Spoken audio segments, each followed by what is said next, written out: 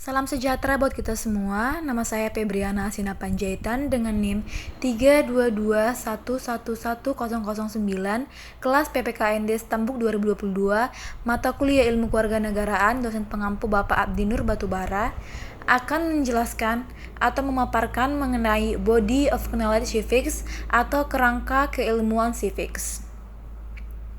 Civics itu merupakan ilmunya dari PPKN. Civics sebagai ilmu kewarganegaraan yang memiliki orientasi kajian ke arah pembentukan kualitas karakter warga negara yang baik dan cerdas serta dapat diandalkan. Civics mempunyai 3 rumpun keilmuan, yaitu yang pertama ilmu politik. Bagian-bagian dari ilmu politik yang pertama seperti pengantar ilmu politik, politik warganegaraan, dan ilmu negara.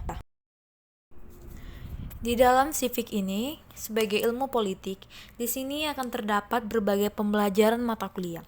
Di dalam belajar sekolah pun, ilmu politik juga dipelajari, di mana dalam ilmu politik ini lebih mempelajari struktur negara dan hukum, karena ilmu politik ini merupakan rumpun dari ilmu kewarganegaraan. Selanjutnya ada ilmu hukum. Beberapa bagian dalam ilmu hukum seperti pengantar ilmu hukum, hukum pidana, dan hukum perdata. Di dalam pelajaran sekolah pun juga terdapat yang berkaitan dengan ilmu hukum seperti pembelajaran norma, karena ilmu hukum pun merupakan rumpun dari ilmu kewarganegaraan. Selanjutnya adalah ilmu filsafat moral. Bagian yang termasuk ke dalam ilmu filsafat moral seperti pendidikan, nilai, dan moral, di mana di dalamnya terdapat pembelajaran seperti nilai dan norma. 3 rumpun dari keilmuan civic ini memiliki bidang-bidang tertentu yang memiliki bagian-bagian dari fokusnya.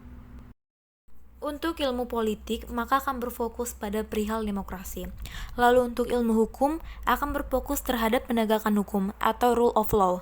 Selanjutnya ada ilmu filsafat moral. Ilmu filsafat moral akan berfokus pada nilai-nilai etika di dalam kehidupan sehari-hari. Selanjutnya ada tujuan kompetensi yang dicapai civics.